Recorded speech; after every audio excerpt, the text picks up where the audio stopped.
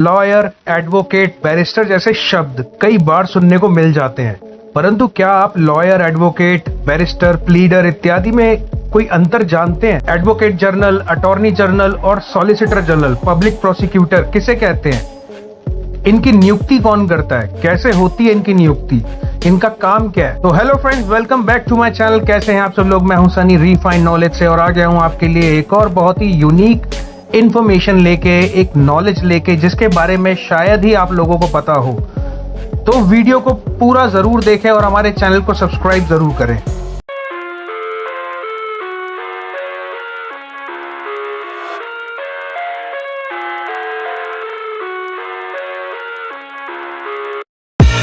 I live inside my own world of make-believe.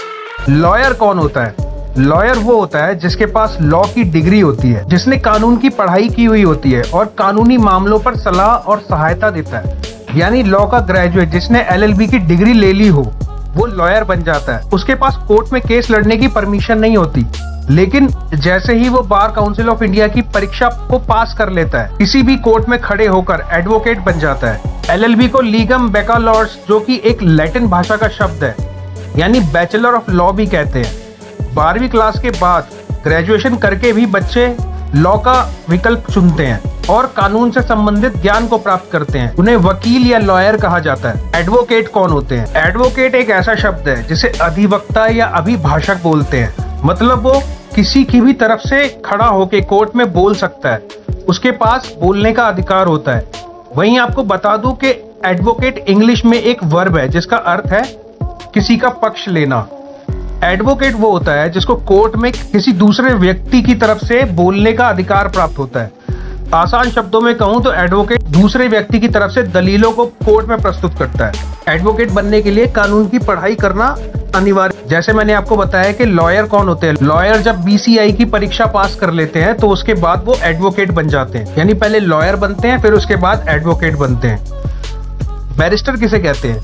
यदि कोई व्यक्ति लॉ की डिग्री को इंग्लैंड से लेता है तो उसे बैरिस्टर कहा जाता है। आपने पढ़ा ही होगा कि महात्मा गांधी के परिवार के लोग चाहते थे कि वो बैरिस्टर बने, इसीलिए वो 19 साल की उम्र में ही कानून की पढ़ाई करने के लिए लंदन चले गए थे और वहीं पर उन्होंने बैरिस्टर की डिग्री हासिल की थी। महात्मा गांधी दक्षिण अफ्रीका से भारत बैरिस्टर बनकर ही लौटे थे।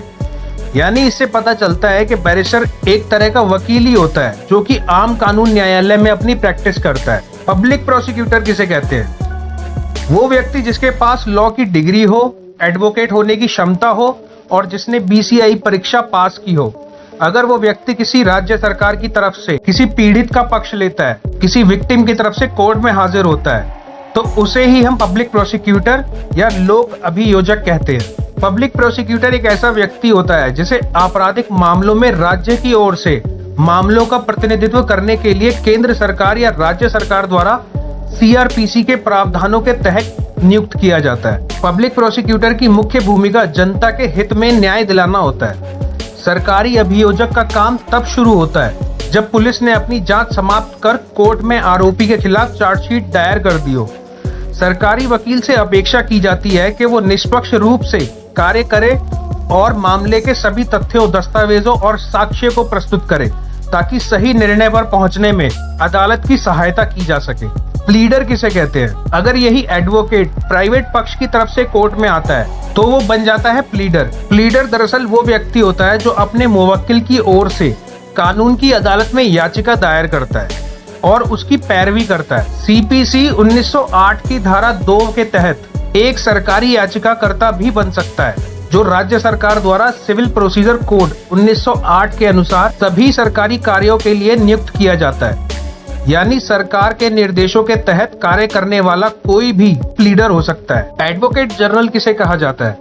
एक ऐसा व्यक्ति जिसके पास लॉ की डिग्री है, जिसके पास एडवोकेट होने की क्षमता है और अगर वो सरकार राज्य की तरफ से उनका पक्ष रखने के लिए कोर्ट में आता है तो उसे एडवोकेट जनरल भी कहा जाता है। भारत में एक एडवोकेट जनरल एक राज्य सरकार का कानूनी सलाहकार होता है। इस पद को भारत के संविधान द्वारा बनाया गया है। यहीं आपको बता दूं कि प्रत्येक राज्य का राज्यपाल और एडवोकेट जनरल एक ऐसे व्यक्ति को नियुक्त करता है जो उच्च न्यायालय के न्यायाधीश के रूप में नियुक्त होने के लिए योग्य हो। मतलब जो हाई कोर्ट होती है उसके अंदर जो जज होते हैं उसके लिए जो भी सूटेबल कैंडिडेट होता है तो ये राज्यपाल और एडवोकेट जनरल ये दोनों उसको नियुक्त कर सकते हैं। अटॉर्नी जनरल किसे कहा जाता है? अगर किसी व्यक्ति के पास लॉ की डिग्री है, एडवोकेट होने की क्षमता है, अगर ये केंद्र सरकार की तरफ से कोर्ट में उनका पक्ष रखने के लिए आता रहता है तो वो अटॉर्नी जनरल बन जाता है। संविधान के अनुच्छेद 76 के तहत अटॉर्नी जनरल की व्यवस्था की गई है। वह देश का सर्वोच्च कानून अधिकारी भी होता है। इनकी नियुक्ति राष्ट्रपति द्वारा की जाती है। उसमें उन योग्यताओं का होना आवश्यक होता है जो सुप्रीम कोर्ट के जज की नियुक्ति के लिए जरूरी होता है। दूसरे शब्दों में कहूं तो उसके लिए आवश्यक है कि वो भारत का नागरिक हो, उसे हाई कोर्ट के जज के रूप में काम करने का 5 साल का अनुभव भी हो और किसी हाई कोर्ट में वकालत करने का 10 साल का अनुभव भी हो, या राष्ट्रपति के मत के अनुसार वो न्यायिक मामलों का योग्य व्यक्ति हो। वहीं आपको बता दूं कि अटॉर्नी जनरल के कार्यकाल को संविधान द्वारा निश्चित नहीं किया गया, मतलब ये जब तक चाहे तब तक अपनी नौकरी कर सकते हैं। इसके अलावा संविधान में उसको हटाने को लेकर कोई भी बेसिक फैसिलिटी नहीं दी गई है। सॉलिसिटर जनरल किसे कहा जाता है? अगर किसी व्यक्ति के पास लॉ की डिग्री हो, एडवोकेट होने की क्षमता हो, अटॉर्नी जनरल का असिस्टेंट बन जाता है तो उसे सॉलिसिटर जनरल भी कहा जाता है। वो देश का दूसरा कानूनी अधिकारी होता है। 1972 के संदर्भ में भारत में सॉलिसिटर जनरल सरकार को सलाह देते हैं और उनकी ओर से पेश भी होते हैं। हालांकि अटॉर्नी जनरल के पद से विपरीत, जो कि भारत के संविधान अनुच्छेद 76 के तहत एक संवैधानिक पद है, सॉलिसिटर जनरल और अतिरिक्त सॉलिसिटर जनरल के पद केवल वैधानिक हैं। अपॉइंटमेंट कैबिनेट समिति सॉलिसिटर जनरल की नियुक्ति करता है। तो आशा करता हूं कि आपको ये पता चल गया होगा कि lawyer, advocate, pleader, public prosecutor, advocate general, attorney general, solicitor general, इन सब व्यक्तियों में क्या अंतर होते हैं, इन सब पोस्ट में क्या अंतर होते हैं। तो कैसी लगी आज की वीडियो? आशा करता हूं कि आपको वीडियो अच्छी लगी होगी। अगर वीडियो अच्छी लगी है तो प्लीज एक लाइक, आपका एक प्रेशियस कमेंट और हमारी वीडियो को शेयर जरूर कर दीजिए। और जो लोग नए हैं चैनल पे वो चैनल को सब्सक्राइब भी कर दीजिए। तो इसी के साथ ज्ञान बांटने से बढ़ता है और छुपा के रखने से कम होता है। फिर मैं मिलता हूं आपसे अगली वीडियो में। तब तक के लिए बाय बाय, टेक केयर, नमस्कार।